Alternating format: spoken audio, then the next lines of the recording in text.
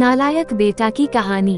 वो नालायक, पिताजी ने जोर से चिल्लाकर विशाल को आवाज लगाई जो कॉलोनी में आए टैंक से पानी भरने में व्यस्त था। गर्मी के दिनों में पानी की किल्लत के कारण 3 दिनों में ही टैंक से पानी की आपूर्ति होती थी। आवाज सुनकर विशाल बोला, आया पिताजी। विशाल को पानी भरने के बाद के कामों की लिस्ट दी गई थी। मंडी से सब्जी लाना, गेहूं पिसवाना और ऊपर छत की झाड़ू लगानी है। छोटा भाई विवेक इंजीनियरिंग प्रवेश परीक्षा की तैयारी में व्यस्त था। पिताजी उसके कमरे में जाकर पढ़ाई का जायजा रोजाना लिया करते थे और उसकी हर समस्या भी तत्काल समाधान हो जाती थी। वैसे भी विवेक पढ़ाई में कुशाग्र था। विशाल भी पढ़ाई में औसत दर्जे का छात्र रहा और उसने B.A. कर नौकरी की तलाश जारी कर दिया था।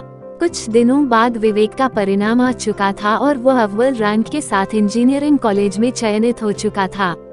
घर पर छोटे बेटे की सफलता पर उत्सव का माहौल था। पिताजी ने पूरे मोहल्ले भर में मिठाई बंटवाई थी। पैसों की व्यवस्था कर छोटे बेटे का दाखिला में इंजीनियरिंग कॉलेज में करवा दिया गया। अगले ही महीने बड़े बेटे विशाल का भी बैंक में क्लर्क की पोस्ट पर चयन हो गया।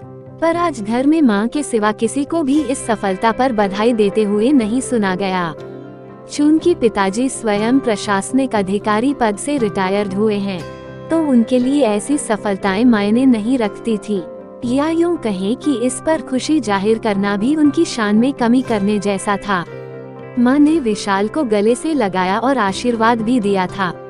उसका मनपसंद गाजर का हलवा भी खाने में बनाया था। छोटी बहन अन्नू भी अपना रोल मॉडल विवेक भैया को ही मानती थी और अपनी पढ़ाई की सारी चर्चाएं भी उन्हीं से फोन पर करती थी। विशाल ने कई बार छोटी बहन से पूछा था कि पढ़ाई में कभी दिक्कत हो तो पूछ लिया कर, पर उसने हंसकर बोल दिया कि भैया आपसे क्या पूछूं। विवेक की पढ़ाई पूरी हो चुकी थी और उसे अमेरिकन कंपनी ने अच्छे पैकेज पर न्यूयॉर्क ऑफिस दे दिया था। कुछ सालों में उसने वहीं शादी कर वहीं की नागरिकता के लिए अर्जी लगा दी। अब तो उसका घराना भी वर्ष में एक ही बार होता था। विवेक ने फोन पर ही शादी की खबर भी 1 वर्ष बाद ही बच्चे होने की खबर के साथ ही घर पर दी थी। पिताजी अपमान के भाव को मन के अंदर ही दफन कर खुशी से आशीर्वाद देने का अभिनय कर रहे थे। बाद में फोन के रिसीव कर मां को थमा सीधे अपने कमरे में चले गए। विशाल ने मां की पसंद से ही शादी की और उसकी पत्नी घर की सारी जिम्मेदारियों को बखूबी निभा रही थी। पर कुछ दिनों से मां बीमार हो गई थी। डॉक्टर ने जांच कर बताया तो पता चला कि उनकी दोनों ही किडनी कमजोर हैं और कम से कम एक किडनी का ट्रांसप्लांट आवश्यक हो गया है।